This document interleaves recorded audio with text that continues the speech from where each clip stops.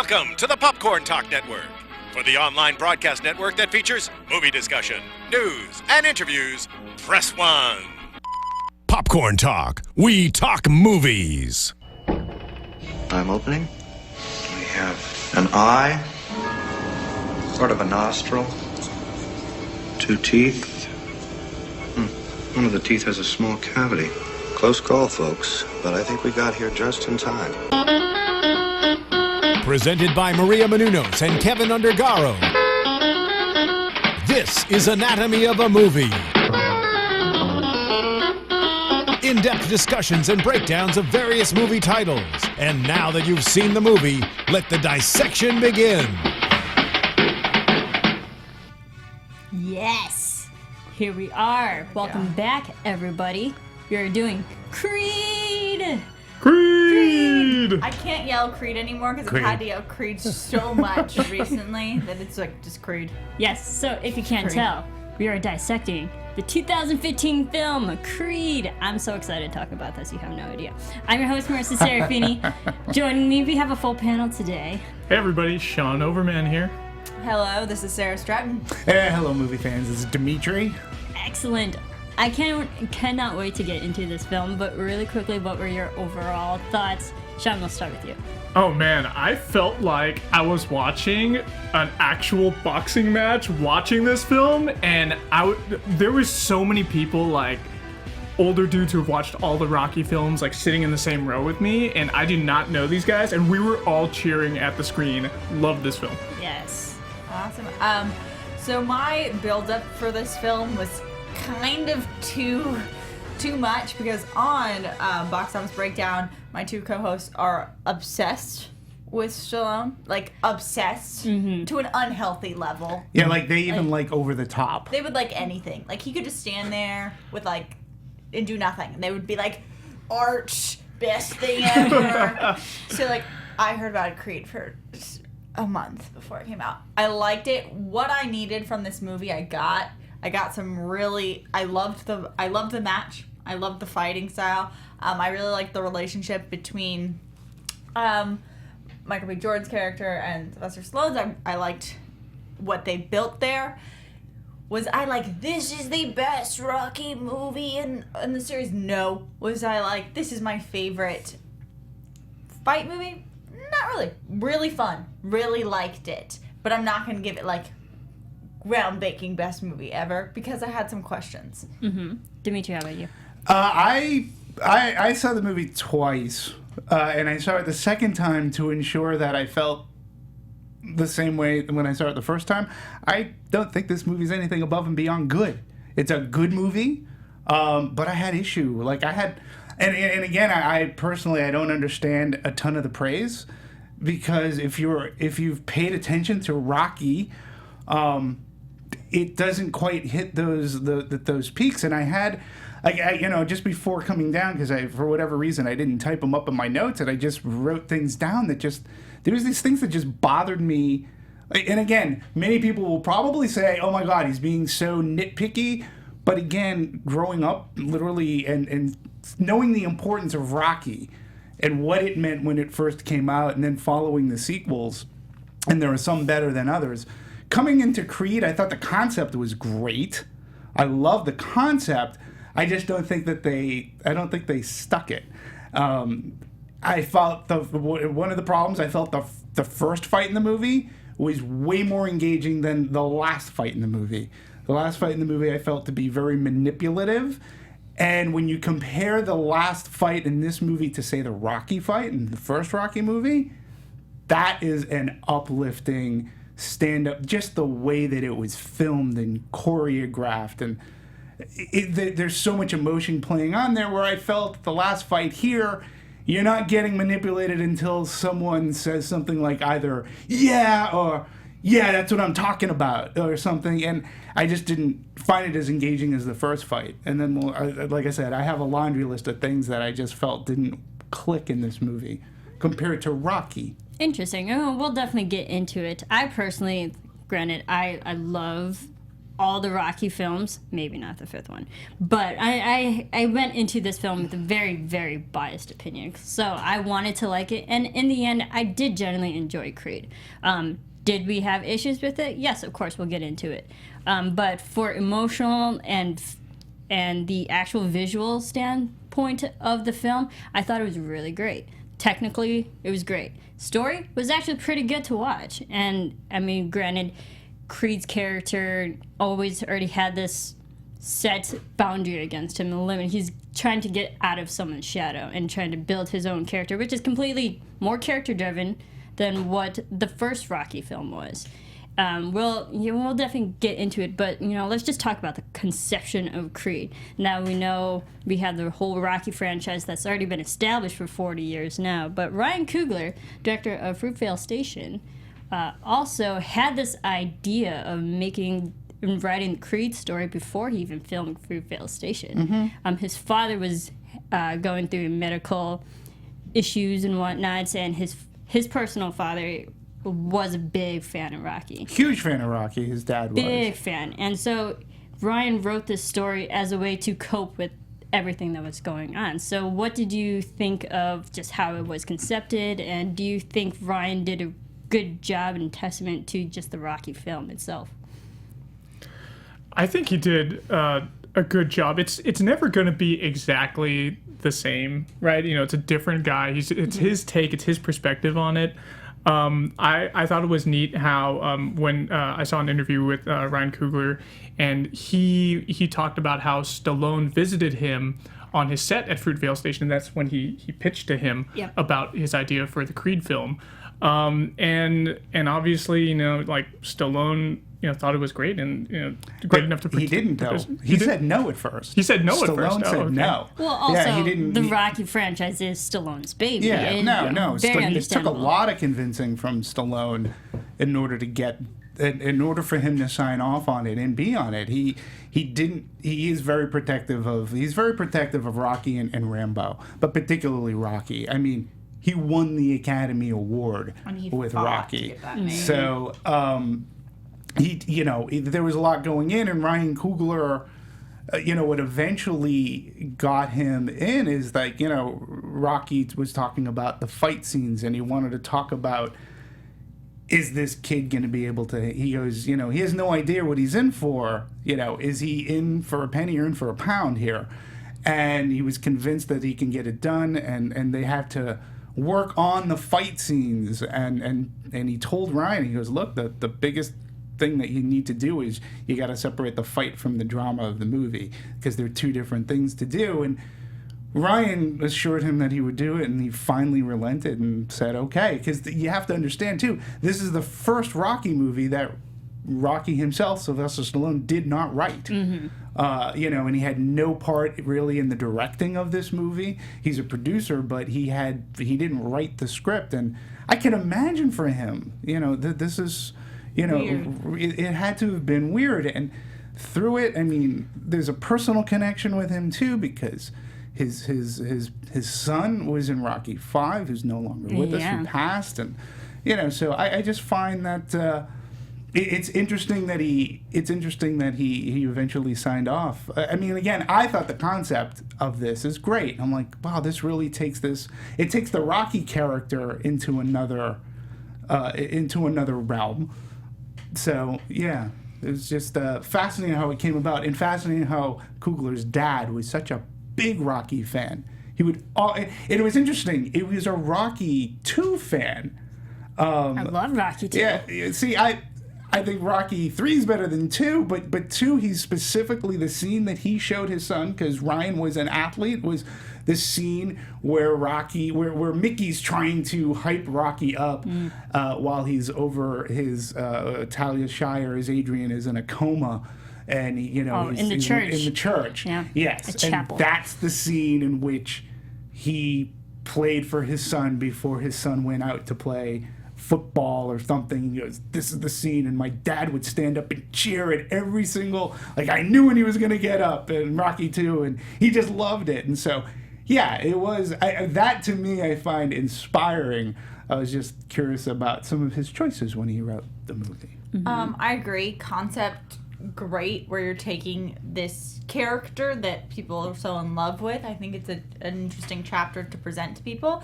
I like the Rocky franchise, but I cannot tell you like which movie is which by seeing a frame. Like, I'm not that dedicated of a frame. I can't do that. But so what I did appreciate about this take about Creed was that I felt review-wise, people who loved the franchise were very open to it, let themselves get involved, invested, but also people who weren't as involved in the franchise. I think they handled those really well. Like, for me, I know kind of the character names, but I need refreshers once in a while. And I thought how they also played to that audience in this script was taken care of in a nice way. I didn't think, for me, it wasn't like too over pushed, like who Creed was, how this child came about, like whatnot. Like, I thought that it was handled in a way that you got everything if you didn't know the franchise. Parts of this could stand alone. Oh yeah, no, I agree with you. I like if anything, this movie might inspire you to go back and watch. You know, I can't imagine anybody in this day and age who had not, at the very least, seen the original Rocky. Mm-hmm. You know, but agreed. Like, if you were that person, you know, Creed, in a sense, sort of stands alone. But again, I also put this in what I've called, this is the year of the franchise throwback, which is including things like Jurassic World, and we talked Spectre, Peanuts, and this movie, because it so heavily relies on knowledge and throwing back in Easter eggs that refer back to past movies, that it heavily relies on a lot of that stuff. So that Rocky loving audience, which I'm sure you picked up on. Mm-hmm. Oh yeah, all of them. I definitely picked up on nuances, and they answered a lot of plot holes from the fourth one, and they did odes to the first and the sixth one, and the. Yes, sir. But the Easter eggs were handled in a way that they were pleasurable if you knew them. Yeah. I didn't feel like it caused a halt in the script, and you were like, "What am I missing?" Because sometimes that, like for me, when I watched Spectre, there was times where I was taken out and I was like, that seems important, but not important. Which is like, that's because it's an Easter egg. Like, there were Easter eggs in this that at least kept it didn't stop the pace for me. Like, it kept going. Right. Yeah. Sean, you've seen a few of the Rocky films. Which one's the one with the Russian? Was that the fourth fifth one? That was the fourth one. So I saw that. I watched that one growing up. Most people have. I saw parts. I saw 3/4 of the Rocky film just recently on Netflix, the original one, which is so different to me. It's like, obviously, you know, it's a product of the times that it was made in. You know, it was written by Stallone. It was his first film that he starred in. You know, so it was the pacing is a very different film than Creed. You know, and just the cinematography, everything, the way the story is told.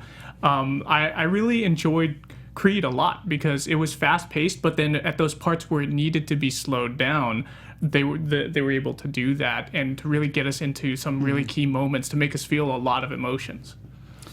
Interesting. Okay. Yeah, I can agree with that too. I felt some of the slow parts I thought went a little way too slow. I was like, okay, let's move the story along. But that's just my general opinion. Yeah. The fight scenes were great, technically wise, but then when it came to story and it came back to the real, this is what's happening in his everyday life, it got a little boring. Yeah, Marisa, I'm going to throw this out, you know, and I'll throw this out to the viewers too. Here are some of my nitpicky things. Again, growing up with the Rocky franchise, one of my things was I didn't understand the need to sort of kind of discredit Apollo Creed's character.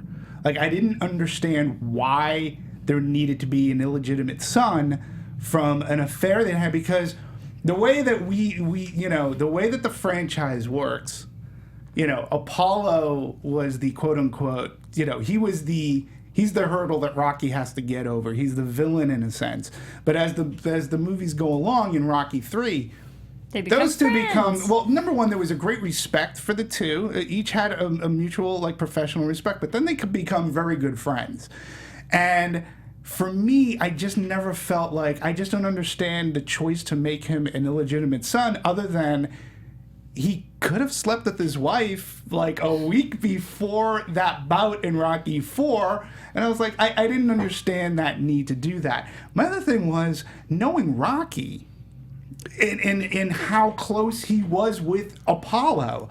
I mean, even up till Rocky Balboa, he was using Apollo's team to train him. I had a hard time figuring that after 4, he would have just lost complete contact with the Creed family. Like, he would have, in some way, one way, shape, or form, he would have been like, Well, hey. in a way, Rocky did, because there was the line that, hey, you haven't talked to my mother since the funeral. That I get, but I don't understand really, like, knowing Rocky as a character. Yeah, It's weird that he would just, after Apollo dies, his close friend, and they were a friendly, they were familial friends, that he would have just like let them. I get that go. too. I don't get why it had to be an illegitimate son either, because if it was a biological son, I think we would have had Rocky Balboa all over again. Just the storyline in the 6th movie where Rocky's own son, Rocky Jr., changed his name to Robert, and everyone, and he built his whole life trying to get out of Rocky's shadow. So it would have been like the exact same thing had it been Adonis was the legitimate son and trying to get out of his own father's shadow. We would have had the exact same storyline. That brings up another great point, though. In Rocky Balboa, his son is not a fighter. In this movie, like, Adonis has a chip on his shoulder against his dad. Then why are you fighting? Like, you have an amazing $1 million a year job or whatever. You have a lifestyle that is the total opposite to your dad, but yet you're doing. Balboa handled that where his son just did a complete opposite thing. He was not a fighter. He wanted to distance himself, and he did. But I don't know. If you're going to distance yourself from your dad, you don't end up following in your dad's footsteps, so to speak.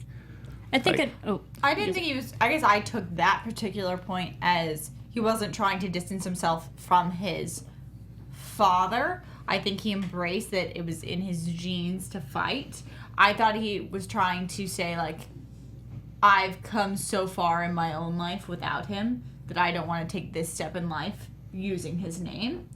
And, like, I think it's one thing to be like, I'm taking, yes, we're genetically similar. Maybe it's in us to be fighters. It's another thing to be like, I'm also going to identify as your son. Yeah. Like, there's like an emotional connection versus just the nature versus nurture, I guess. I feel That's like how I took it. I feel like his mom was just like his whole childhood, really. She saved him. She came in and rescued him. And obviously there's a big ellipse, between when he's in juvenile hall and when he's like 20-something-year-old guy, right? So I think that whole time he's been pampered. He obviously lives in a very nice house. He has a great car, great job. So those are things that were given to him, and it kind of like shielded him from that life of fighting, of growing up, maybe getting injured more. So his mom obviously didn't want him to do that in the film. But he was fighting in Mexico, and without telling her. Yeah, but he was obviously fighting for a little while. Like, it wasn't like he just, I'm going to drive down to Tijuana and get into a fight. So it wasn't like he was completely shielded, because it had appeared, at least to me, that he'd been fighting for over a year. For some time. And that was also my just question for character establishment for Adonis. Like, we knew when he was a kid in juvenile detention that he was fighting to protect himself and to, save his life every way. He always had a fight in that sense. And then when he grew up and he was adopted and he had a better lifestyle, the fact that he still chose fighting, and I was just questioning, why go back to a fighting style when you have everything better? Yeah. And then I think it was just more, maybe it was just Adonis's way to prove to himself he can be a good fighter without attachment to his father. I feel like it was more like you can't fight what is in your genes. Wait, is that what you were going to say, Sarah? I was going to say, I felt like it was just part of him. It was just something that before being, I'm going to say adopted, he was a fighter. Then he got put in this pampered life, and it seemed like, okay, you're safe now. You have everything you want. You don't need to fight anymore. So he had all he could do, but he couldn't get rid of that need to fight. And she didn't want him to, but it was in him. It was something that, yes, you could have made the excuses that it was just because he was in this situation, but really it's more than that. It's part of who he is and what he feels driven to do. And one thing I'll throw in there, again, I had no problems with Michael B. Jordan's performance. In fact, I didn't really have problems with performance in this movie at all. I thought Michael B. Jordan was really good. You want to talk about, like, we did another boxing movie a little bit earlier this year, Southpaw. Mm-hmm. I felt Creed was a better crafted movie than Anton Fuqua's Southpaw, and I really did enjoy the performances in this movie from everybody. Again, to me, it was more character motivation. It was more. There were things like, I just don't. Why make him illegitimate? It just seemed weird because Creed, Apollo himself, had become an iconic character and an audience favorite. I didn't see the need to discredit his character. And that's what I thought was very upsetting, because Creed, again, iconic character, Apollo himself, and then they said he had an affair, and just because he is a public figure, does that automatically make the society more acceptable that he was a celebrity, he slept around?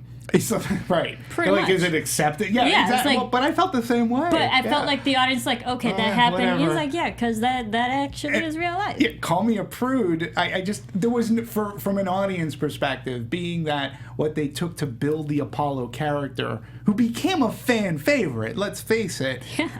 You're sort of kind of dinging his character, and I was like, why?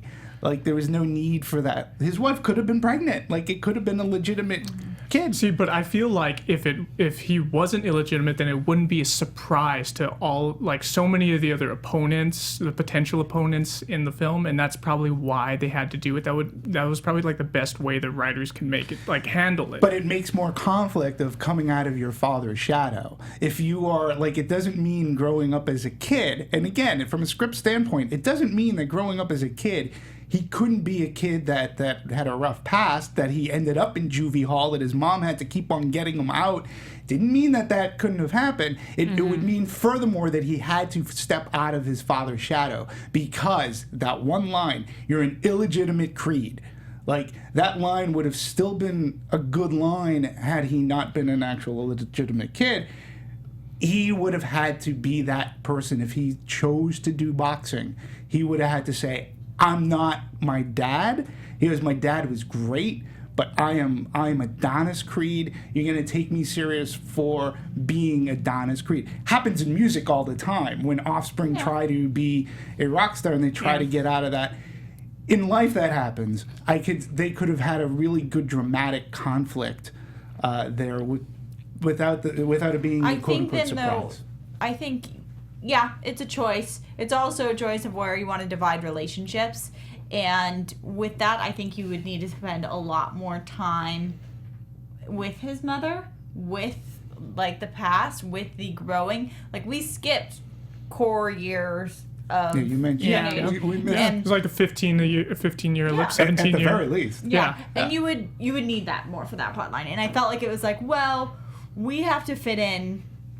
The mom area is very, very short component. You have a love story that, in my opinion, isn't a huge component. No. And has some kind of strange little twists in it. We'll get into that, Who knows too. why.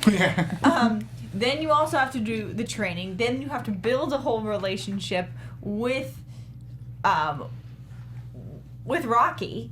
And then you have to still get the fight and do that. So in time management, I felt like it might have just gotten lost, and that was the easiest solution.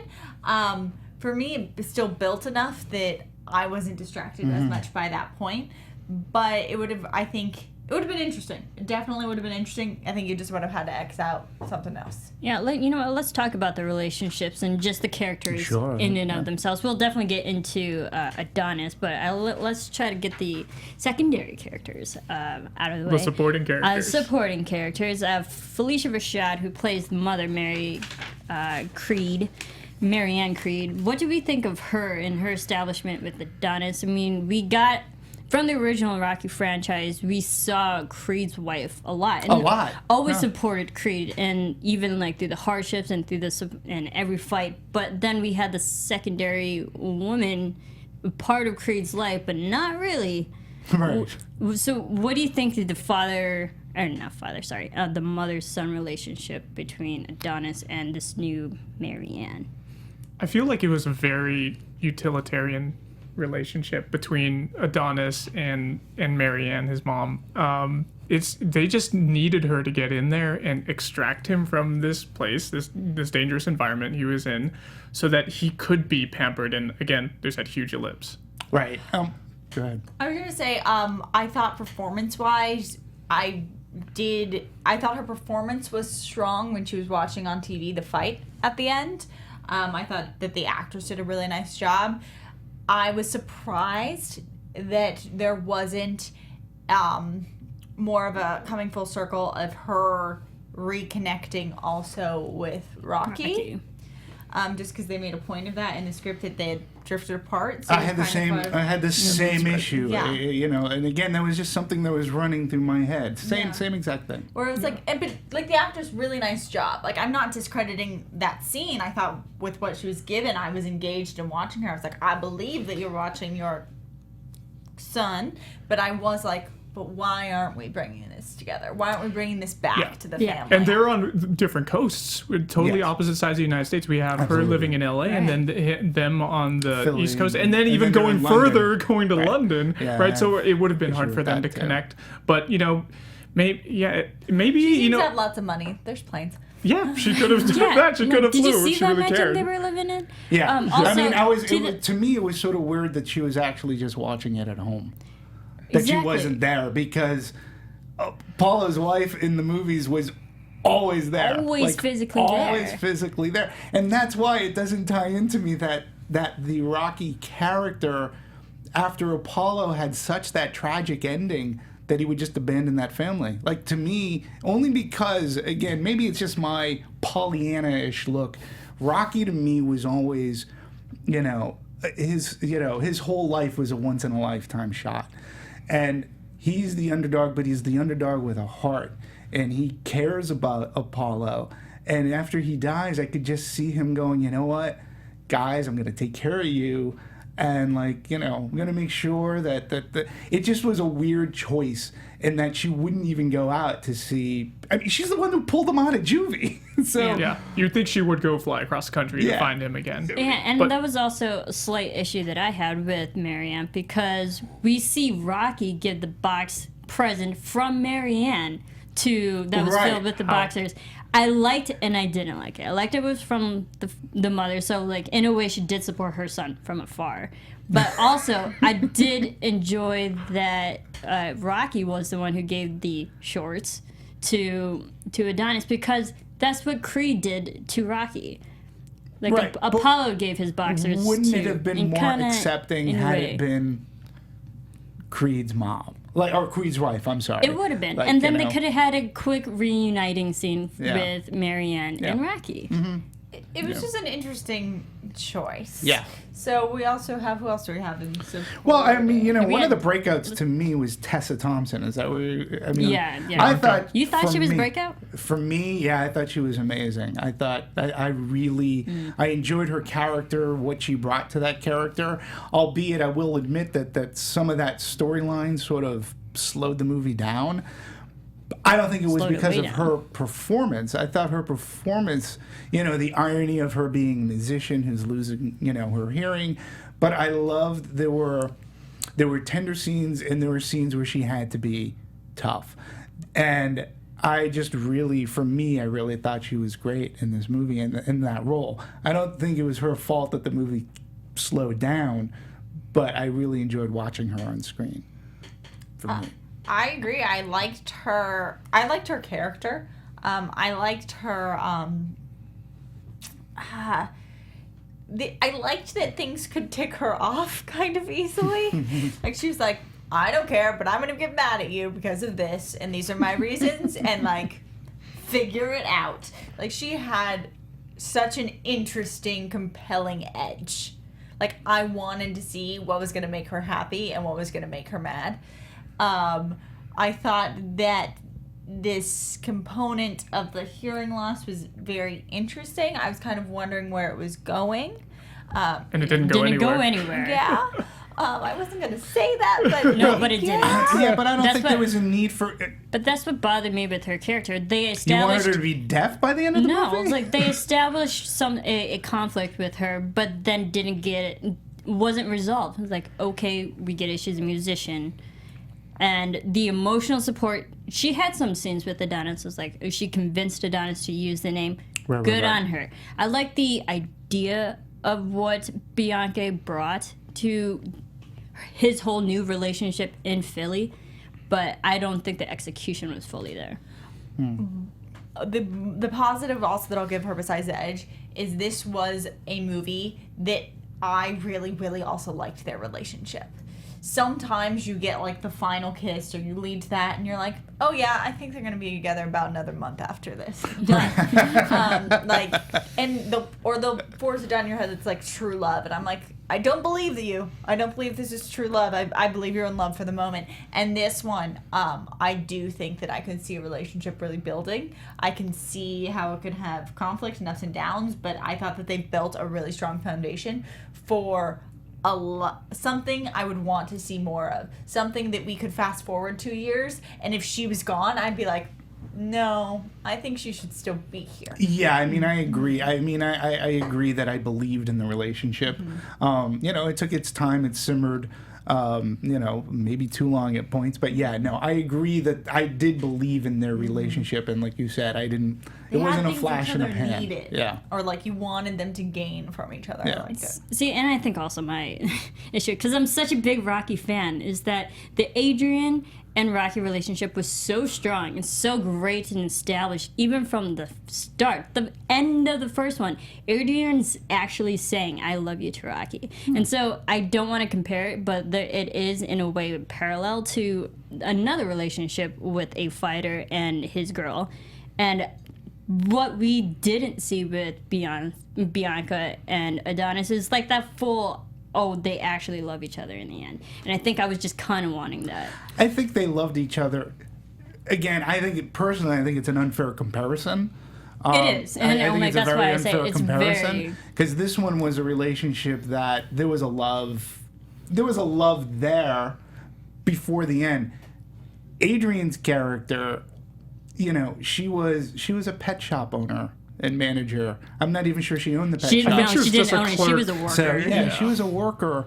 And but Rocky always liked her from the beginning. No, absolutely. But she was not immersed. She was not a big fan of this fighting world. Okay, so to see a person that she loves get beat up all the time really affected Adrian like a lot. And so for her to show up at again, the emotions involved in the original Rocky, Creed didn't even come close to peaking. Exactly. And coming, and hitting those at all. This relationship between Bianca, I think it's a more modern relationship. Yeah. There wasn't the courtship. Rocky, that relationship's a courtship.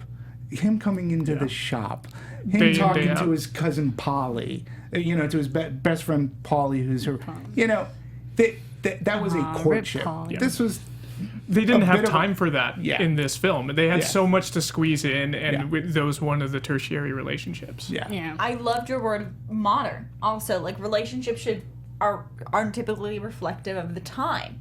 What relationships typically were like when Rocky was made are different than how they are now. Mm-hmm. And in the career activities, the character they created with Bianca and with Creed, I wouldn't believe that these are two people that would say I love you after being together for a month and fighting on, I just wouldn't expect it to get there. Maybe that's why they didn't do it. Yeah, and that's why I'm like, thank you. Good job. Yeah. I believe in this relationship. I believe in where it's going. It seems strong to me, but we didn't end it in a cheesy way. We didn't, and it was modern to the time, to now. Yeah, but I will say this. I did say that it was modern, but when you watch Rocky, that's timeless. It's timeless. So timeless. And why is it timeless? because it does. Like, if you watch Rocky today, it's very amazing. emotional. Like, it doesn't go away. Where I can watch, where Creed may be watched 30 years from now, people are not going to have that emotional tether. Now, I'm not saying that they had to say, I love you. I think the mere fact that the character was brought to London, he volunteered to come to London, you know, what that throwback was to me wasn't the Rocky Adrian, it was Rocky understanding having someone in your life that can inspire you, because Adrian ultimately was an inspiration for Rocky. So he understands that, and he's like, hey, you know, I have something for you. He goes, here, this is going to put your head straight. Trust me, kid, like, I know. And so I enjoyed when she shows up, and you knew it was coming. I did, about, you know, hear something at that the hop door. across the pond that far away. But it was still a nice scene, and they didn't have to say I love you. But you knew that there was something there. And I agree, if there is a sequel, and for whatever reason that character's not there, I'd be like, Well, what the hell they've happened? crafted this movie to have a sequel. I know. It's in there because there are certain people who you're like, oh, you were in here for 2 minutes? Why? AKA the first fighter who knocked him out. And I was like, So, I wanted to talk okay, about Steve. Felicia Rosell. I know we talked about her, but did anybody, I guess we can look her up. What happened to the original actress that played Marianne Creed?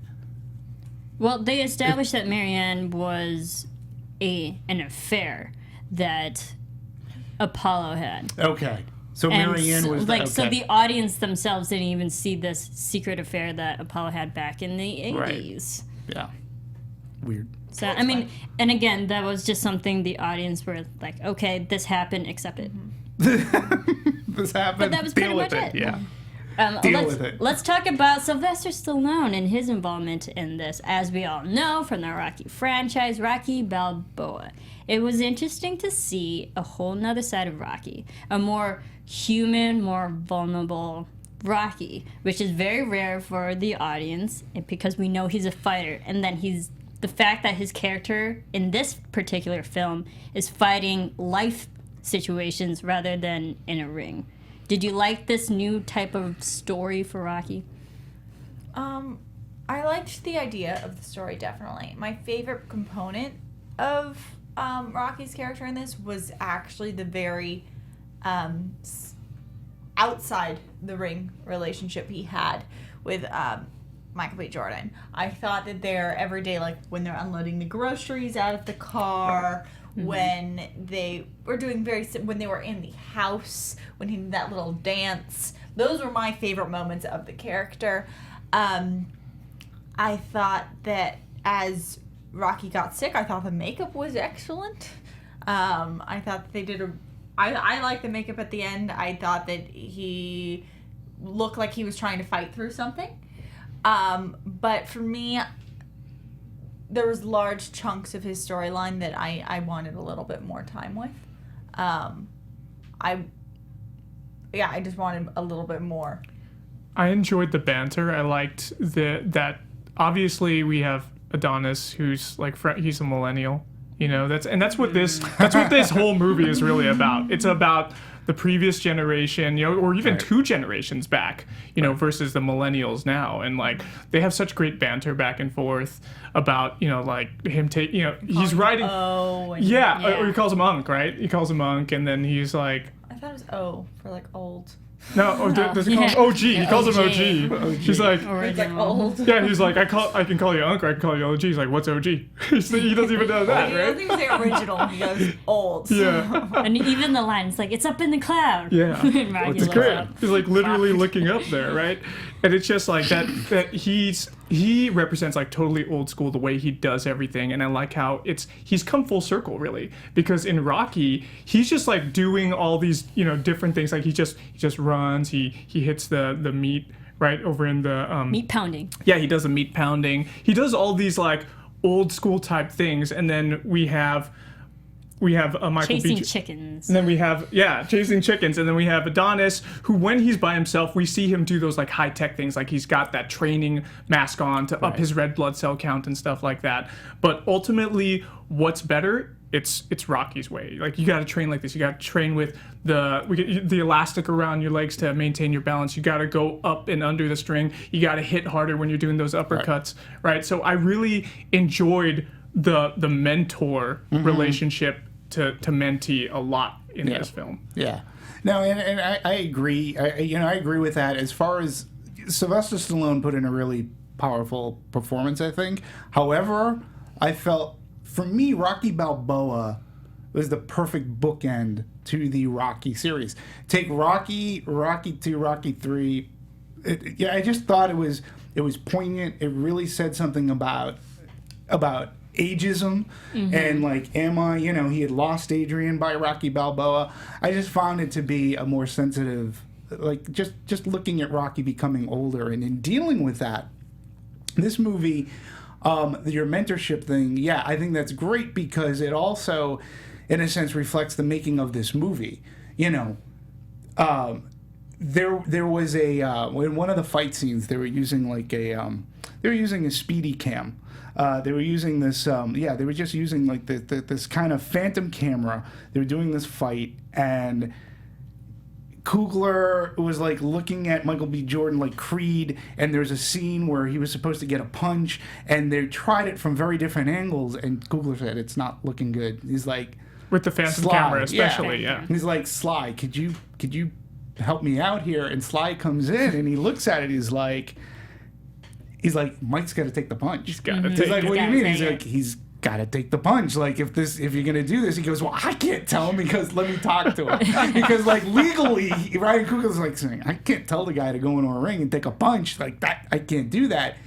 So, and when you watch some of the Rocky movies, Stallone, Carl Weathers, even Mr. T, They took some punches, and some of them would hurt. And they showed it in slow motion over and over again. The mentorship thing, I get it, because he was by Michael B. Jordan's side saying, "All right, you got to take a punch," and like, this is what this is going to do. How dedicated are you? So I appreciate that. You say dedicated. I'm like, I will take a punch to be in the next Rocky movie. Yeah, Michael I know B. a lot of people who'd be like, "Okay, you can punch me. Yeah, I'll go in the ring for the next Rocky movie." Like, Michael B. Jordan, he spoke on an interview about taking a punch. He really had to take it, but he said that Stallone was referring to it as, "Hey, you know what? It's like an initiation. If you're gonna be in the Rocky films, you got to at least take one." And it was a punch in the face. Yeah, it was a punch in the face, and he said he was literally seeing stars by the time he got up, and like recovered from it. And it was supposed to be 30% according to Stallone, but it was really more like it felt to Michael B. Jordan like 70%. Yeah, so I mean, it's a great story, but again, when you have Sylvester Stallone there, he's able to offer that. Now, look, I loved his performance. I guess what I really, really, really took umbrage with was his sickness. Training in a chemo lounge? I don't think so. Ain't gonna happen when you're getting chemo. You don't think the nurses are gonna allow it? You don't think you're gonna He was just doing shadow boxing. I don't have a problem. Forget about the nurses. It ain't gonna happen. You are not gonna have. I sadly know from experience that ain't gonna happen. And traveling to London, it ain't gonna happen. Yeah. And he looked too good. I mean, maybe he didn't want to wear a bald cap. I know that they covered up his hair. I was just I'm like, training in a chemo lounge? I'm like, oh no way. That's not going to that I get for story wise what you have to do, but I was just like, nay. And forget about the nurses, which I didn't see a nurse come in. Now, there was like one one quick nurse. shot. Yeah. You see, One I nurse. get that was unrealistic, that training in a hospital scene, but if you're going to take it back to Rocky 2, that's when Adrian, coming right out of a coma, saying, "Hey Rocky, fight, I want you to win." It's like there's a hospital connection to that like, hospital, yes, we can do it, we can fight for our lives, we can fight for our health.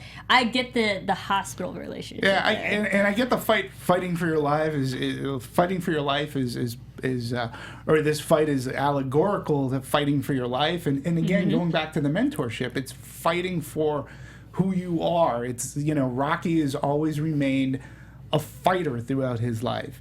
And I just go back to me, Balboa, the Rocky Balboa movie, again, was much more poignant in the way that it had this.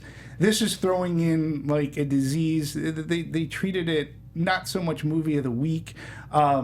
But again, there were parts of it that I was just like, nay, that's not going to happen. When we talk about training, like, yes, I love the old school training, because those are the parts of a Rocky movie. Training montage. But you know, especially when you look at the original Rocky. Again, I'm gonna, you know, Rocky running through the streets of Philadelphia, with again the Bill Conti score. Is you just can't. I mean, it's iconic. But it's iconic. But it's great within the movie because it never overshadows. But man, does it well up emotion. Running with motorcycles behind you, I was like, what the hell? Is like, there was no way that even compares to Rocky running up the It's a stairs. very different emotion. My emotion was like, what? And to My that emotion was point, like, huh. to that point, director Ryan Coogler says, and I quote, Adonis's version of Rocky running, but the steps are kind of like a place that belongs to Rocky. Hence, you know, Right. Adonis is on the hill. But he also continues, it makes sense for Adonis being this new kind of champion, and he's the champion of a different part of Philly. His gym is in North Philly, and he gets adopted by those people, so it makes sense for his place to run would be his gym, and that followed him up during the bikers from the neighborhood. I Front Street get Gym. it, but it doesn't even Did come it have the close. emotional comparison like you to could have Rocky? found something that Heck had... no. No, Heck not no. even close. So long. Like, that seemed to me dragged. His running, and it shouldn't have dragged. Like, but it, And he was it just shouting at Rocky, did. like, what are you saying? What are Yeah, like they totally words of muted that. encouragement? I don't know. What do you say? That's right, yeah. Like, you could see him point. yelling. I'm like, I kind of want to know what he's saying. Yeah, and yeah, so that was the other one. And like I said earlier before, again, to me, the most engaging fight, and it's the fight that's being the most written about. So that to me is a problem. When your first fight is more engaging than your last fight, at least for me, and they're talking more about how that first fight in the movie, the first big fight, the cinematography and the choreography used to film that fight. I mean, Yeah, that let's brought get me into in. that. Yeah, let's, because that to me really, I said, oh, okay, this is Yeah. something like Southpaw had some like cool slow mo, and Jake Gyllenhaal was fantastic. Don't get me wrong, but that first fight, I was like, okay, this is using. It's almost becoming cliche, the one long shot kind of thing, but this was used like so expertly and so well that I actually was brought into the ring, and I saw a. You there's actually a- felt like you were there. You were, and Coogler did a breakdown of the scene on video. And he talked about, when you're in the ring, and the way he shot it, he goes, you're alone. He goes, okay, the bell rings and you go back to your family. You go back to the people who are going to help and support you. And it was how he shot it and who to focus on and the lighting. I just thought that scene alone was great. And then when we got to that last fight, I was like, it was no way close to being as dynamic. So for me, I have a technical question about the last fight. The last fight, how many rounds have we typically gotten in the Rocky movies? On average, well, minus the quick fights and whatnot, with Clubber Lang, it went from anywhere from 1 to 3 rounds. With Apollo, they went the whole 15 rounds. yeah. Yeah, because I mean, this is a 12-round With the fight. Russian, it was a 12 whole rounds. 15 rounds. Yeah. Yeah, because I was like, because that also plays a factor into how Sure. long it is. Covering 12 rounds is much differently than the first fight, which is short in general. So it's the spurt of energy versus you have to be able to play the ups and downs of the 12 rounds, of the waiting, of each injury, of getting in the bandaging, the Right. spit, the everything, and that that changes your pace. Absolutely. For me, I was surprised they went the full 12, but I did like the energy of it, and I was definitely engaged, and I felt like the people I was watching with and heard from it was entertaining to see everyone else also get pumped up, which I think added to this scene for me. People were jumping in the theater. I was in theater, but like people around were just like, Yeah. yes, Yeah. just oh yeah, just Getting all uppity. the energy was going. Yeah. Marisa, I want to bring this up to you because, as being a fan, and I don't know if you'll agree or disagree, but I just recently rewatched the final fight in Rocky, okay? And there was an interview with Carl Weathers where he was talking about, you know, he was talking about, did you want to see Creed and all this, and he did. He eventually, he has seen it. He quote unquote signs off on it, so to speak. But obviously, it was brought up. What's your favorite part of like Rocky? And one of them was the final fight scene. And he said, you know, when you watch, you talk about an energetic fight, but you talk about endurance. You know, Apollo Creed goes into the ring really not expecting the fight that he ended up getting.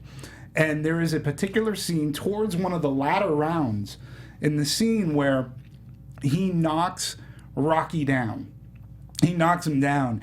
And Apollo goes to his corner, and Rocky is trying to climb up on the ropes. And even his trainer is like going, stay down. You've already proven yourself. Like Mickey's like, stay down. And Rocky's like, no. And he climbs up and he gets up. And again, the Conti score is just so wonderful. And Rocky stands up, and there's a moment where, and Carl Weathers says, this was my hardest scene. Yeah. He goes, I had to emote without talking, like, what is in this guy? And he had to emote, like, because he sees him get up, and he's like, there's this look of resignation, like, oh my God, I have to keep on fighting. Come on. And Rocky's like, come on. And again, I put it to this last fight, where there was, I don't understand. Like, if you're a Rocky fan, how do you say that this movie is like the greatest movie since Rocky? Just watch that one fight. And, you know, it's a good fight technically, but I found it way too, like, it relied on people people in the movie going, yeah, like when he lands that punch that cuts him. Oh, so it's slightly contrived. I felt this one a little bit more manipulative, other than like real, like, because again, if we want Adonis to be the underdog, you know, we know that he has some semblance of heart, right? And he's got stamina. We know this. I just wanted there to be like him laying down, being almost knocked out. The thing is with his character, they like throughout, even in the news and all the HBO specials that they showed, they're like, Adonis has the name, he has the genetics, whatever, but the whole idea was, can he fight? And I think that's the whole reason why we went all those rounds, to just prove for his character, yes, he's physically able to fight and maybe win the title, but I think that was just the overall question. Can he fight? Well, they even said it's like the heart. It's the heart. His heart. And that's the thing with, like Mickey says in the first one, it's like, you don't have the technical ability, but you have the heart. You have the heart, kid. You have the heart. Like, word for word, you have the heart. And I think that's also what they were trying to do with Adonis. He has the heart. Well, I think the other thing why there's an emotional difference between this end fight and previous Rocky fights is the audience's emotional relationship to our villain. And for me, that wasn't built up for a lot of people. So you do rely more on the yes moments, because you're really only you're more connected to one person in the ring than the other. Like, I never grew to the point that I really hated his opponent. I know I was supposed to, but I didn't feel it. So like, when we hated Clubber Lang. Yeah, but we didn't necessarily hate Apollo Creed. No. No, but you have an emotional stake. So that when that person's making action, you're also feeling emotion. You're feeling emotion both ways, and your emotion is flipping. Versus in this, my emotion was so one-sided that I was only feeling things one way. Right. I wasn't getting both sides of that. So there is no emotional build, because you only have one person to really connect to. Behind the other fighters, we didn't really get to learn very much.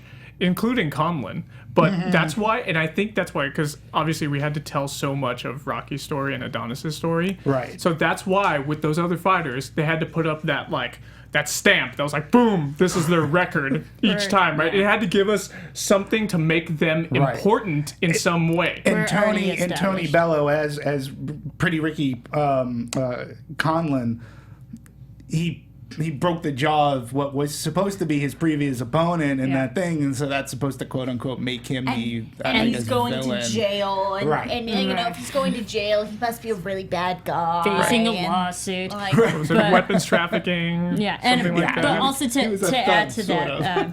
There were a lot of guest appearances by real life fighters. Absolutely. We had with fictional names Gabriel Rosado, Andre Ward, and then of course Pretty Ricky Conlon, played by Tony Bellew. Yeah.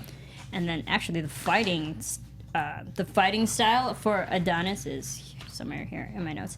It's based off of another fighter, hold on, I'll get the name. But Adonis's fighting style is based off another real life fighter. Yeah. So, and then I did want to talk about, though, go back to the Rocky, the 2-fight concept, which to audiences that was introduced in Rocky 3.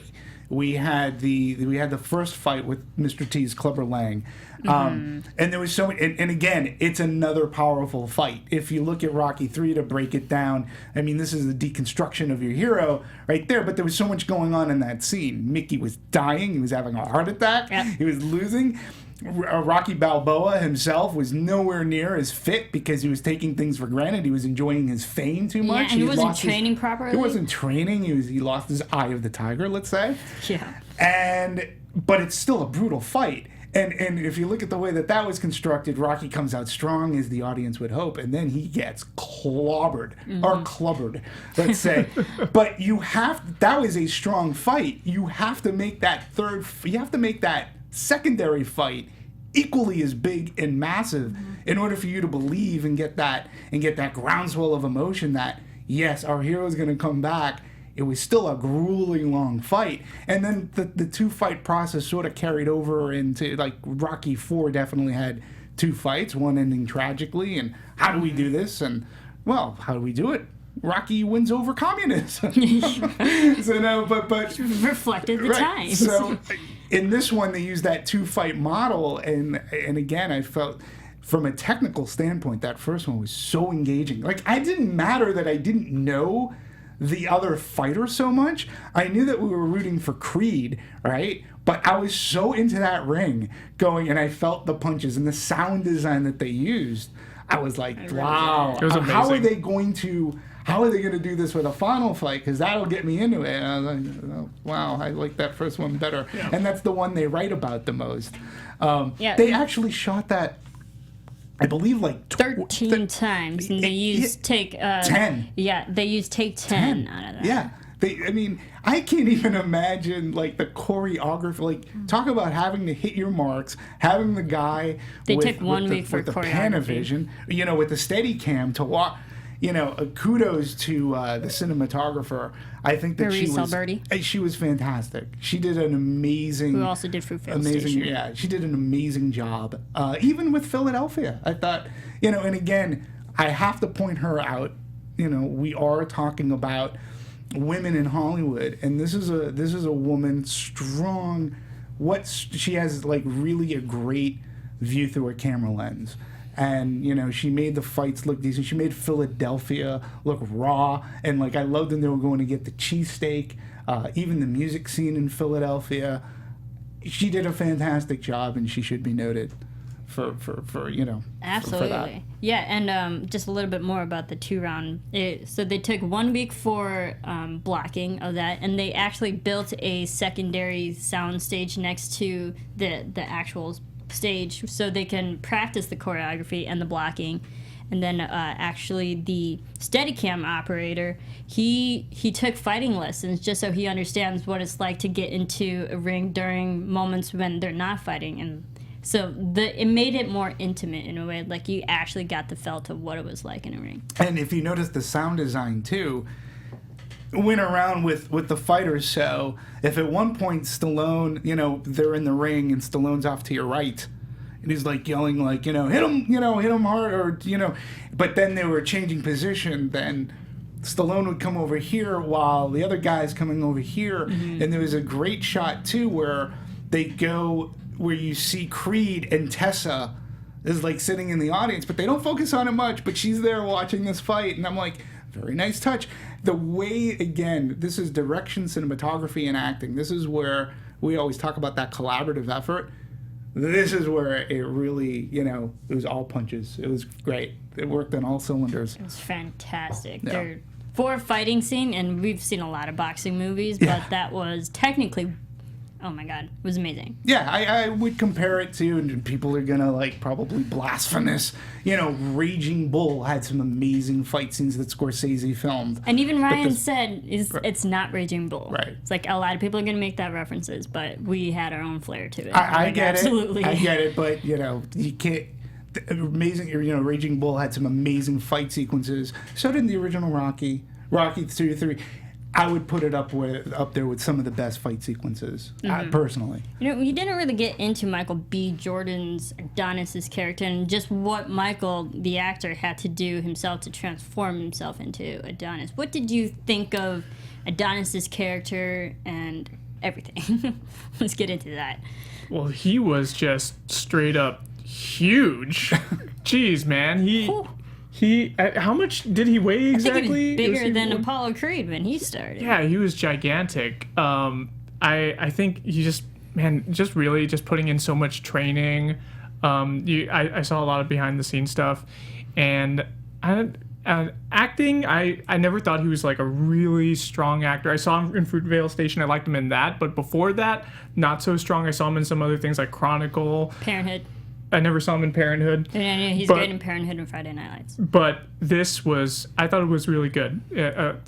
Kudos to him. I really enjoyed his acting ability in this movie. I completely agree. I thought that he did fantastic. Yes, he was extremely fit. I was like, I believe that you could fight someone.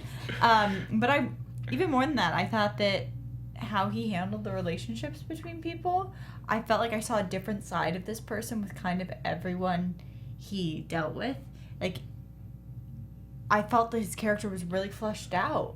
It was the same person, but like a different side when he was talking to Rocky versus a totally different kind of what he needed from Bianca. Yep. Like, it was just like... Or when he was talking to that rapper guy who he didn't like what he said to him. Yeah, I thought that the character was really fleshed out and entertaining, and he did a wonderful job. Yeah, I mean, again, outside of certain things that that I mentioned at the beginning about if you have that chip on your shoulder, why are you going to fight? But I liked his performance, as I said on top, his transformation. He fit the part, and again, hearing from Stallone. Again, it was Michael B. Jordan who sort of kind of pushed him over the top, so to speak. I'm using a sly Stallone movie reference from trying to be punny. But he looks, he said, when he met him and he went to Ryan, he's like, look, he goes, this movie's going to have a lot of fighting in it. He's you're talking about shooting this in a different way. You got to understand how much work I used to have to do on these things. Is he going to put in the time? Because when he steps into that ring, he has to be at that particular fighting weight and that look. And he's like, is he going to put in the work? And will he take a punch to the face? And Michael B. Jordan, I think, really stood up to it. I think he rose to the challenge of being Creed's son. And if you didn't have a good performance, then the movie's gone, obviously. It would have been an embarrassment. But I really think that I believed, like, one of my favorite scenes, which is sort of a throwback, was the opening. One of the openings when he's in Mexico and he's putting on the tape. It was like the first scene of Rocky. Yeah, and he got up and he looked, I was like, okay, he looks like he could be a fighter.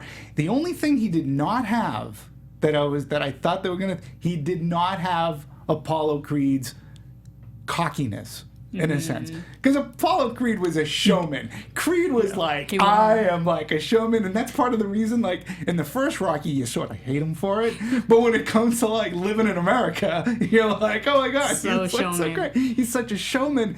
And he was more Muhammad Ali, where I wanted some of that. I wanted, like, if he's going to get the fighting part of it, I want some of that cockiness. But that's to be in also him, the too. thing with Apollo Creed. The whole Rocky franchise, they established Apollo as he's already a champion. Yes. He's already on top. So it makes sense that his personality would reflect that over the top, and no one can beat him. No.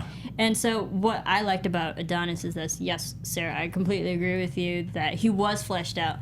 Michael B. Jordan, I've seen him in just great acting, Fruitvale Station, Parenthood. Like, I know he can bring the emotional depth to a character that we needed in this type of story, and just what they wrote for him. I knew he, as an actor, can hit those emotional beats, and he did. Yeah, and I one of agree. my favorite scenes wasn't really the fighting scene or fighting scenes. It was when he's an adult, he fought, and he got himself back into jail. And it kind of made his character just realize, hey, I'm what I was at the beginning. It's like, I'm still fighting, and all for the wrong reasons. And I loved his interaction with Rocky. It's like, you have to get over your past inner demons. Right. And you have to move on from that, because look where you are. You're back to fighting for all the wrong reasons. And I think we see Adonis actually break down, and that felt so real to me. And that's what I really loved about Adonis, because he did have those emotional layers. And his training regimen, too, in this movie was And insane. and then to Michael just doing the physical Right. training, I was like, okay, yep, you hit all aspects of what this character is supposed to be. What I like too is that his character starts off, obviously the first fight, we see him knock the hell out of that first guy. He took him down within the first minute of the round in Mexico, and he did have a little bit of cockiness, right? Maybe more Muhammad Ali cockiness when he gets into the Delphi ring, and he's like telling guys like, hey, I'll fight, I want to be trained here, I'll fight you, and when he offers up his car, I thought it was so cool how he lost it, because Rocky didn't have a car, like we had to get this kid who's obviously a pampered young millennial to lose everything, so that he has no place else to go but over to Philly and be trained by someone who's going to be an excellent mentor, which I thought was so cool, because he goes over there, he's living in this crap apartment, right, where Back to basics. the walls are paper thin, and then what all he cares about is just like, I gotta train. I just gotta train any way I can, and I gotta find if my unk Rocky can do it for me. And it's funny too, because the way that the characters in the movie, they sort of paralleled like real life. Like Stallone in the movie, Rocky's like, when he finally decides he's gonna train him, he's like, you have to listen to everything that I say. You gotta do what I do. Like, you are going to train. Like, it's going to be a change of lifestyle. You have to be prepared for that. Are you prepared for that? And he's like, yes. And that was the same way which opted him on board to signing off in the movie, is like, hey, this is life-changing. Like, he's got to do the work. If he does the work, I'm on board. And I just wonder if that was something that was incorporated into the script, maybe, because there was a line of dialogue where he said, if you're not going to show up, then I'm out. You have to do it my way, and it's going to be a lot of work to do. So, I like that too, because that was a reflection of the earlier movies when Mickey is training Rocky. All those old school ways with the rope, he had the uppercuts and chasing chickens. I liked how it came full circle with Rocky as well, that he is now the mentor and training just in the proper ways to make Adonis as great as he was. Right.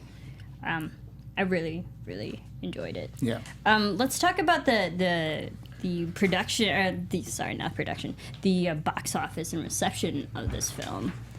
The reception, actually, let's just start with reception. IMDb gave it 8.7. Do we agree with this?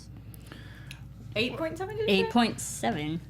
I didn't see the IMDb, but I saw Rotten Tomatoes. I was so surprised. It was before I saw it, too. I was going to give it maybe like an 80.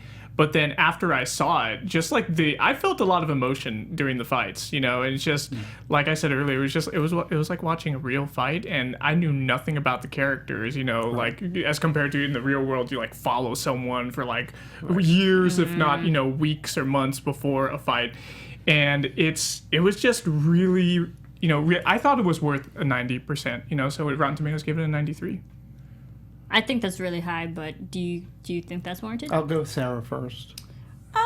I think that it depends how you look at this. If you're like, for me, I'm just gonna compare this to what I wanted from it and what I look for the style of movie, and for me, I could give this, from what I expected, what I wanted to get out of it, somewhere in the high 80s to low 90s. Like 90s fine, because I was also engaged by the fight.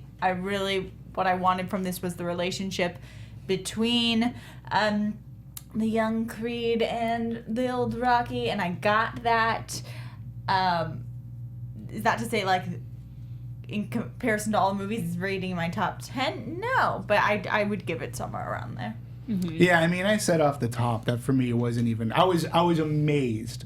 I mean, because I remember the first time I saw it, and I was watching it going, okay, and I got brought into the first fight, all this stuff, and I remember when it was done, I was like, it was good, but it was slow here, blah, blah, blah, and there was an opportunity to see it again, and I had heard people saying how much they loved it, and my first thought was like going, have you ever really watched a Rocky movie? Like, I go, but you know what, it was an opportunity. I was like, I'll watch it again, because maybe I'm wrong. I go, maybe I'm wrong, and I came out feeling the same. Like, if not even, like, there were other points that I was just like, no. And I don't understand. Like, if you've watched Rocky, especially Rockies 1, 2, and 3, and you didn't really have to go beyond, but if you watch Rockies 1, 2, and 3 and see how those were, I was like, oh my head, that doesn't really connect, and they're not as good. So 93, I was so amazed that people are, like, giving it such praise, especially when we're in a year where I think there are other movies sort of kind of on a caliber that are similar, and they're dumping on.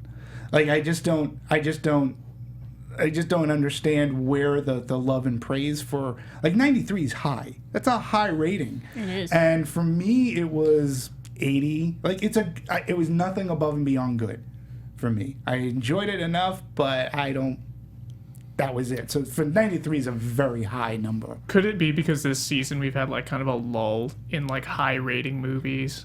Well, I think there's also what you're looking for. Because for me, I think that if I'm going to put a little word in my mouth, Rocky pulls at your heartstrings a lot, right? The original, yeah. Yeah, well, all of them. A good portion of them. And too. I can say that for me, this pulled more at my adrenaline and my interest than my heartstrings. Mm-hmm. But I also don't have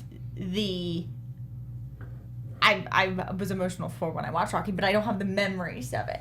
So I didn't need that chunk from here. So I just liked to be invigorated, to be pumped up, and that's carrying me to a higher rating. But if I went into this being like, I want to feel the love relationship, the parent relationship, this hero struggle, then this movie, doesn't really do that as much for me. Mm-hmm. So, always depends what you want and what you're looking for. Yeah. I would give this film a higher rating, but probably not as high as a 93. They're, like you said, Sarah, emotional. It hit the good emotional beats that I wanted. The seriousness and him training, him trying to get over his past, it hit that. For relationship, it didn't. But in a way, I'm okay with that too, because arguably Rocky and Adrian is one of the best relationships in just cinema in and of itself. And I keep trying to think of other films that have such a strong relationship, such as those two. Titanic. Yeah, I can see that. But I was kind of wanting to see that, but I didn't get it. But I'm okay that I didn't. I'm okay with the fact that I didn't get it because Adrian and Rocky are just so great. No one really can compare to them. Maybe that's why they didn't really try to get to Because that. they're not I don't going think. to. I think I agree, and I just, again, I don't know. I was surprised. 93 is a very high rating, and when you look at some of the movies that I think for the technical stance, awesome. I also think that this is a very easy movie to recommend. Mm-hmm. Similar to how, like, when The Martian came out, I felt like I could really recommend that to a lot of people. Creed came out, and it's really easy for me to be like, yeah, you should go see that. To a lot of age groups. I could tell my family to go see this. I could tell my friends to go see this. Guy, girl, female. You could tell equally. Teenagers to go see this. So just from that energy it's getting, like, hey, yeah, go. I don't have to be like, I don't have to qualify this movie. I don't have to be like, well, like for Spectre, well, if you're a really, really big James Bond fan, yeah, you should go. Or, well, if you're looking for this, there's not a lot of qualifiers. I'm like, yeah, go see Creed. Yeah, I don't think you're gonna not like it. Yeah, but for me, like, let's. I want to break something down because this is in the 90 percentile, right? So already this year we have Spotlight, which is 98%. That's pretty high. Brooklyn, 98%. The Martian is 93. The Martian's 93%. I don't think Creed's as good as The Martian. I mean, again, I just don't. It doesn't matter that it's an indie movie. To me, the whole indie argument I throw it out the window because there are as many shit indie movies out there as there are commercial movies that you just don't go see, or you never hear about, or you just are not going to see. So for a 93 on this movie, again, I don't put Creed in the category of the three movies that I just mentioned, whether they're indie or not. I mean, this was made with a relatively small budget as well. Mm-hmm. They didn't go right, it wasn't super. It had the benefit of being a Warner Brothers release. But it doesn't play like you can tell that they, with Ryan Coogler directing, it wasn't a big budgeted movie per se, and I think they did very well with the budget. It was a passion film. Yeah, absolutely. And again, the tech specs aside, look, I thought direction was fine, performances were really good all around. To me, it was just the story. It was just writing that really held me back from saying, wow, this is a fantastic movie. What I also loved, if you are a big Rocky fan, that this film also filled in a lot of plot holes. From the fourth one, we know that Rocky and Apollo Creed had a third fight away from the media. It was just them two, no one else knew. That was at the end of the third. It was at the end of the third, right. And they replayed it at the beginning of the fourth, but no one knew the outcome, who won that. And I like the fact that they answered it. Like, they gave it to Apollo. That was one of the mysteries of life that I would have been happy not knowing, but I get the nod. Yeah, I'll give it to you. You could still take it as a mystery. Like, did he just say that to say it? Yeah, yep. That's what I was thinking too. The son is standing right there in his restaurant. Of course he's going to answer that way. Yeah, and then also... I won. Right, but then also they... Have a plate of raviolis. Yeah. I beat your dad to a pulp. I have some spaghetti. Just later, no. But they also had, a nice nod to Adrian and Paulie. Now, rest in peace, Paulie. Now he's gone. And, the chair and his favorite drink that Rocky brought. His bourbon. Yeah, he had his bourbon because we know Paulie loved to drink. And so they had a lot of sentimental nuances back to the original film. So, yes, I'm glad that they kept that in there. Yeah, no, there were nice throwbacks that I enjoyed, and I enjoyed the flashback fights of the Apollo Rocky fights that they had, whether he was shadow boxing. He was technically shadow boxing with his dad. Yep. In a sense, on which the is YouTube sort of kind of game. cool. Yeah, which is sort of kind of cool. I did enjoy those. We can call them Easter eggs, but I love those flashbacks that they had because they really, it sort of set things. It set a nice tone for the people who watched Rocky. It was, again, I'm with you. With Paul Young not being in the picture, not having him there. Rocky's pretty much alone. What I was very sort of kind of disappointed in, because they made such a big deal in Rocky Balboa, and to me it's one of the things that makes Rocky Balboa such a poignant film, is they didn't have Little Marie. Okay, now, for those who are not familiar with Rocky, Little Marie... In the very first Rocky movie, she's hanging out with the thugs. She's the girl with the potty mouth. She was the girl with the potty mouth. She was. And she was like, yeah, screw you, Rocky. Screw you, Rocky. And he's like, Screw you, Rocky, lame-o. right. And so, creepo. Yeah, creepo. And in Rocky Balboa, we see the older Marie and, you know, she hasn't had the best life, but the relationship that happens between Marie and Rocky Balboa, I thought really worked. And I was like, well, what happened to her? Like, it would have been nice to see, you know, they seem to be part of their life. Like, Adrian's, the restaurant was still there. Yeah. Which is great. I mean, that would be a restaurant I'd like to go to. I was like, what happened to Marie? She played such a nice part. That actress was great, but it was such a nice throwback because that was the girl that gave him lip, and now, you know, yeah, and I friend. think maybe because Rocky Balboa, that was a relationship that was resolved. Right. It was established and resolved. We got what we needed out of Marie. But it would have been nice to see her working in the restaurant. And or Creed something. itself is about Adonis, so it would make sense that there was a female protagonist Sure. towards Adonis and not towards Rocky. Yeah. Well, we can talk about, I mean, audiences are really liking Creed a lot more than say myself. I mean, Cinema Score gets an A.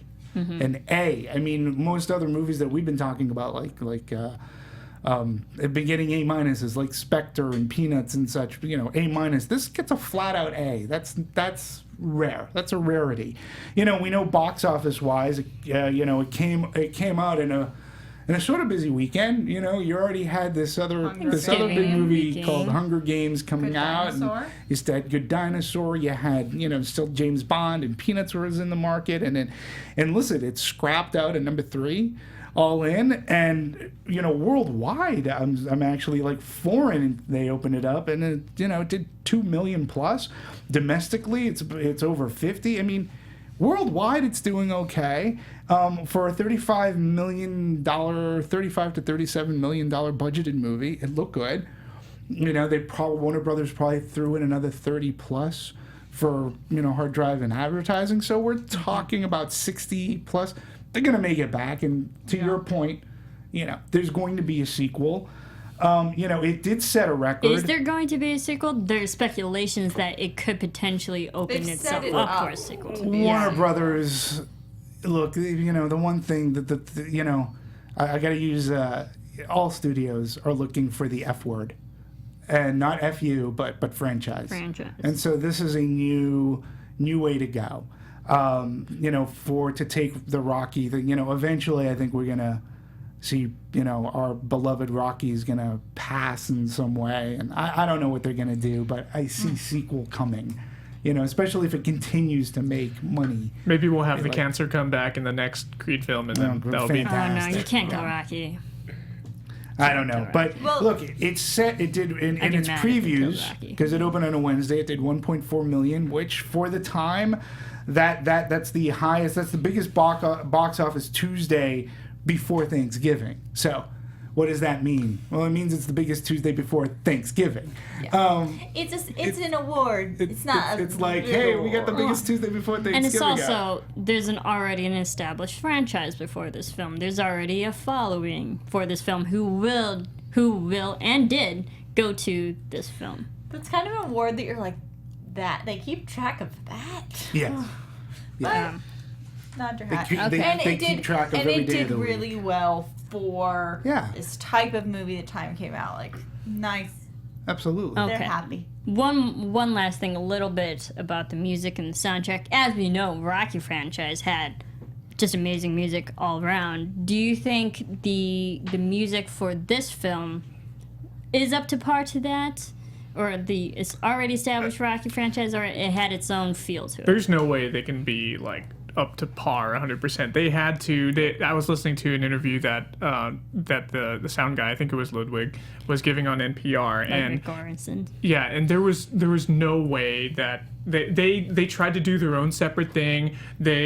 He recorded sound of them hitting the bag, you know, like I don't know which one. What is that bag called? Speed bag? The speed bag. Yeah. So hitting that and then playing like some stuff underneath it. But then after a while, they're like, you know what? We can't do it without the original Rocky stuff. So they ended up putting that back in. They changed it up a little bit.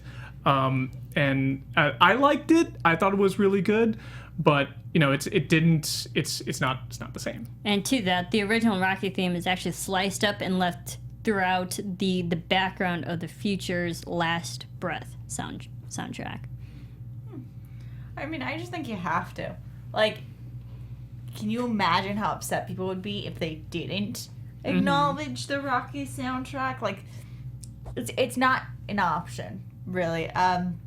But it's a bittersweet thing because it gets the audience invested. They hear it, but guess what? That's still the soundtrack I'm thinking of when I'm leaving. Like, I'm not really noticing as much the newer pieces. Still, what's sticking with me is, yes, we have the Rocky music, and then the only other music I'm really gonna had any focus to was Bianca's music, which was not memorable. Yeah, but they highlighted that was her career. So I don't go away from being like, oh, new score. I'm like, yes, they used part of those stuff. Yeah, well, it's interesting. We're talking about music because I happened across an article that puts this out there. Will Creed song "Fighter Strong" be the new Eye of the Tiger? Nope. Not even close. Nope. I think for a couple of reasons. The way we all listen to music now has greatly changed dramatically. When Eye of the Tiger came out, #1, that was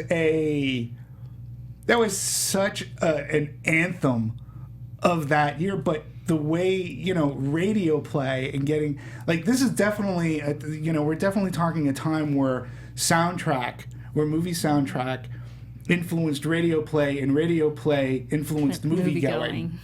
So, because people would pay attention to Eye of the Tiger, and, there are no more iconic songs like Danger Zone or The Heat Is On or anything like that keys into movies, or I'm All Right from Caddyshack, that so keys into movies that these days there aren't songs that, at least in my opinion, that I can even recall that when I hear that song, I'm keyed into that movie anymore. Yeah. So I don't even know what this Fighting Stronger song, I know it's in the movie. In fairness, I had to look it up. I was like, the only really sound, and it wasn't really even a thing, it was just the sound, the bell ringing. Yeah. We hear that all the time in the Rocky films, because every time you hear that bell sound, you know there's a training montage that's about to start, and it literally gets the audience pumped, like, all right, he's ready to fight. He's gonna train. I mean, I work out a lot, and I run a lot like Rocky. Every time I'm running, I listen to Rocky. Like, I have to. When it comes to my last mile, I turn it to Rocky. And I felt with this movie, there was no soundtrack that can make me do, like, okay, I gotta listen to this, because it really gets me pumped up when I'm working out. I agree with you, and that's why I put it out there. You can find it on, I'm sure you can find it on YouTube. Watch the final fight scene in the original Rocky. Just watch it. Because I forget, it's almost a reel of film. Watch it and look at the dynamics, how it was filmed by Phil Albertson, who went on to direct The Karate Kid, okay, another movie that uses music to effect. Watch this final fight in the original Rocky, and you can't help but be emotionally sucked into this and invested without even knowing. Like, if you never knew Rocky and Apollo, and somebody said, oh, hey, I want you to watch this fight. I want you to watch a movie fight. And you'd be like, oh my God, this is a great fight. And it's just, and going into Eye of the Tiger, like when when Apollo's like, you lost the Eye of the Tiger, and he says, I'm going to help train you, Rocky. And they're running on the beat, and it's Eye of the Tiger. When he goes into that room with Clubber Lang, he gets into that ring, you're just like, oh, this is going to be great, and I didn't feel that going into the last fight here. Yeah. It's also more rare now. Like, you do bring up the point, like, what has done that, and I feel like reference exactly a movie, you're going to get Adele's Skyfall. Like, that is probably one of the most prominent. The last. And then, like, after that, the only other popularity from songs is sometimes when you have your actors sing the songs. So, for instance, when Jennifer Lawrence did... My Heart Will Go On. Yeah, but no, she did the Hanging Tree. Yeah, the Hanging Tree, but like movies. Or like sometimes like that. you do get a little bit more, but it's kind of more rare. Yeah, it's rare because, again, I don't even listen to terrestrial radio all that much, so, you can pick and choose the type of music that you're listening to, where Eye of the Tiger, or all those songs like that I'd mentioned before, they were part of they were in the rotation, heavy rotation, and you couldn't get away from it, whether it's on radio, whether it was on a video. It was so much ingrained that, there were movies that were put together because they had a great soundtrack. Frozen. It was very communal.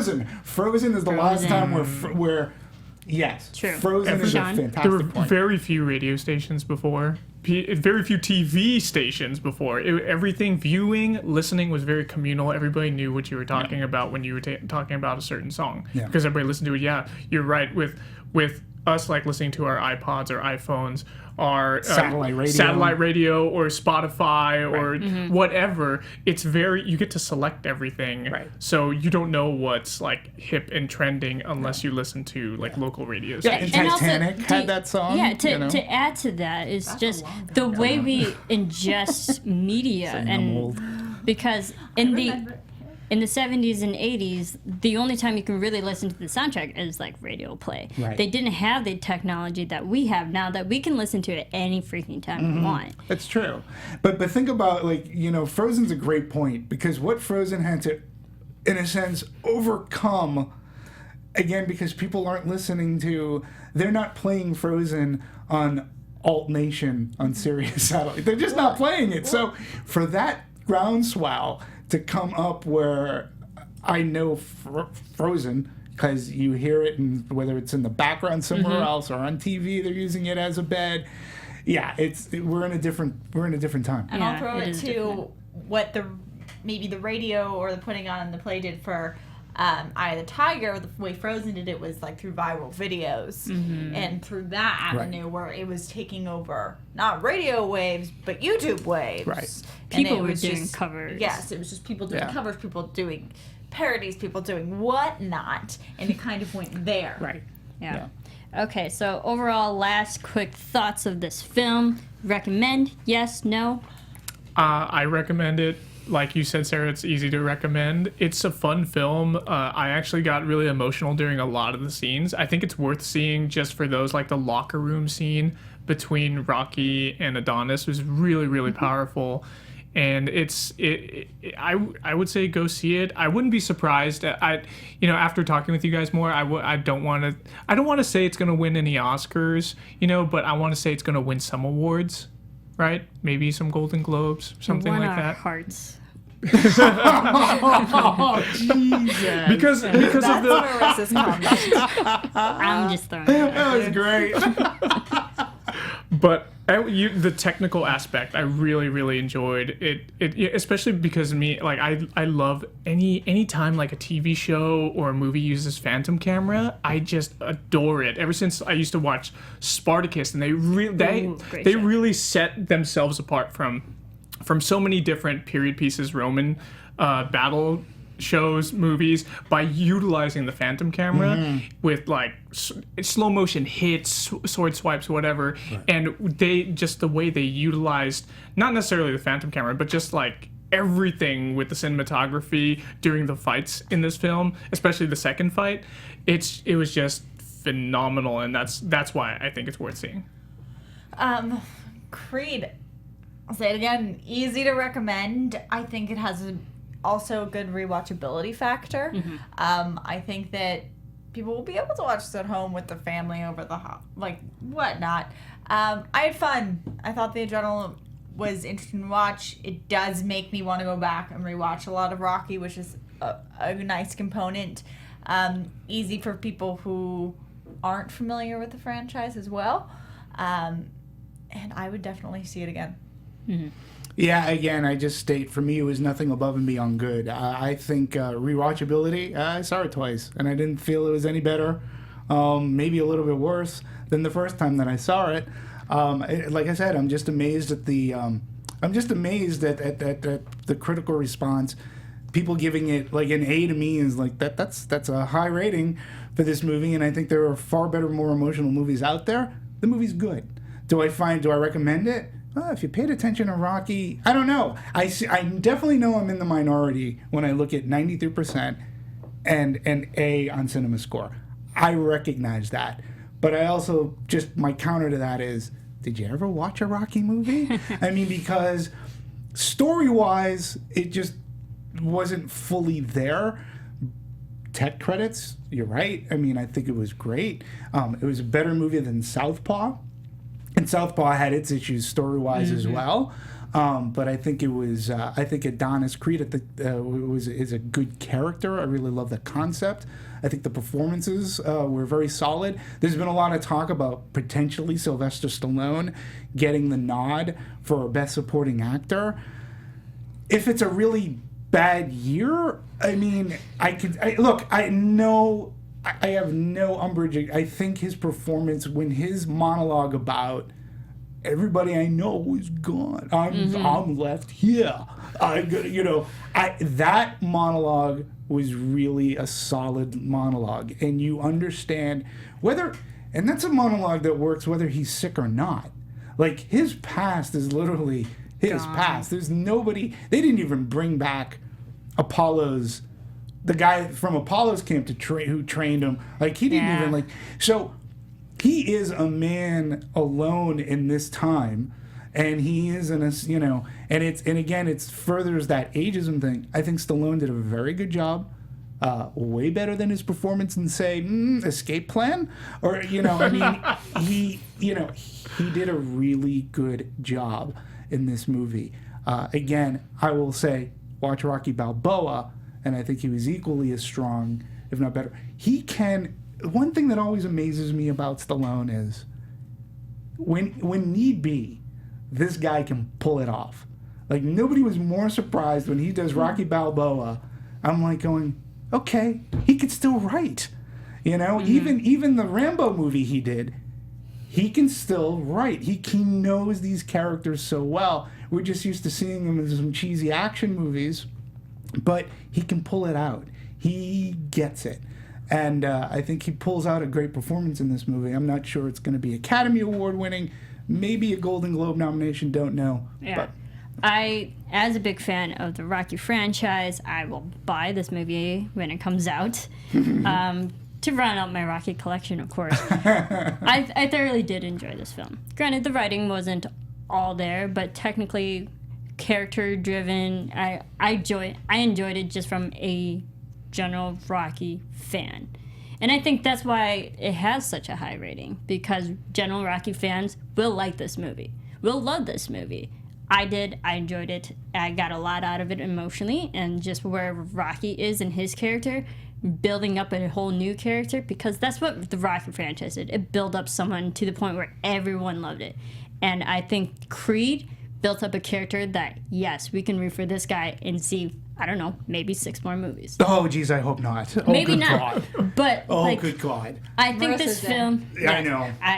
I would watch it, honestly. I would. But I think the great thing about this film, that it did bring a whole nother story, in a way, a parallel story to Rocky that I can also thoroughly enjoy.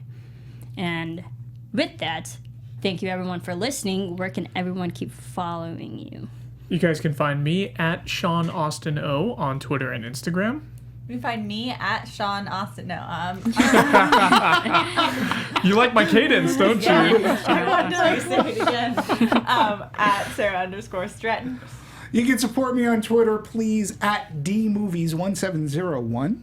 And you can follow me on Twitter, watching Rocky movies, because, I don't know if you all saw, but, I got my Italian Stallion shirt on. I am a Rocky fan. Woo. You can follow me on Twitter, at Serafini TV. You can follow up all of us here on the Popcorn Talk Network, at The Popcorn Talk and Movie Anatomy. Thank you all for listening. We have a lot of great movies lined up. Go Rocky, go Creed! Yo, Adrian.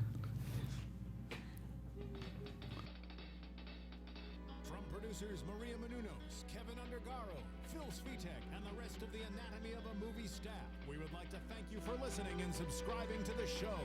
If you have any questions or comments, feel free to email or tweet us. I'm Sir Richard Wentworth, and this has been Anatomy of a Movie.